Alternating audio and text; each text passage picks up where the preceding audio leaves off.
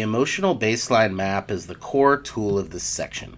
Think of it as a diagnostic dashboard that reveals your predictable emotional operating system. Every comms leader has emotional patterns. What differs is whether you've mapped them. So triggers start the cycle, but they're not the real problem. It's the physiological cascade that follows, the tightening chest, the quickened breath, that alters your cognitive processing.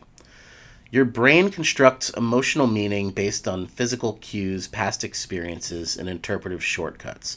If you don't intercept this early stage, your brain defaults to threat interpretations that often aren't accurate, and your interpretive filter then shapes the reaction loop. This is where credibility is made or broken. For example, if your filter defaults to "I'm being undermined," your tone sharpens. If your filter is "I need to prove my value," you start over-explaining. And again, none of these choices are conscious, they're habits. But the EBM helps you see the entire chain clearly. Once you've mapped your quadrants, you can anticipate emotional spikes, spot early physical cues, and interpret your reaction loop before it manifests.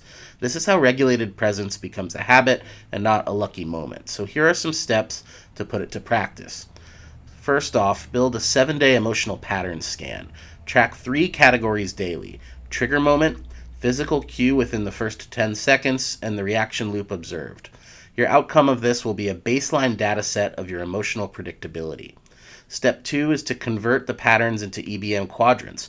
Group similar triggers, identify recurring physical signatures, surface your most common interpretive filters, and map your default reactions.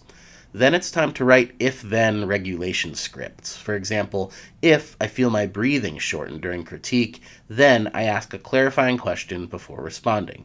Or if I notice tension behind my eyes, then I name the emotion silently, like I'm feeling defensive. Step 4 is to create a 10-second intervention protocol. Options could include labeling, like "I'm having a threat response," the breath triangle, discrete grounding, like pressing your fingertips together, or slowing your pace by 10 to 15% before the next sentence. Finally, step 5 is to debrief weekly. Determine which reaction loops improved, which interpretations were inaccurate, and which triggers you can exempt and preempt next week.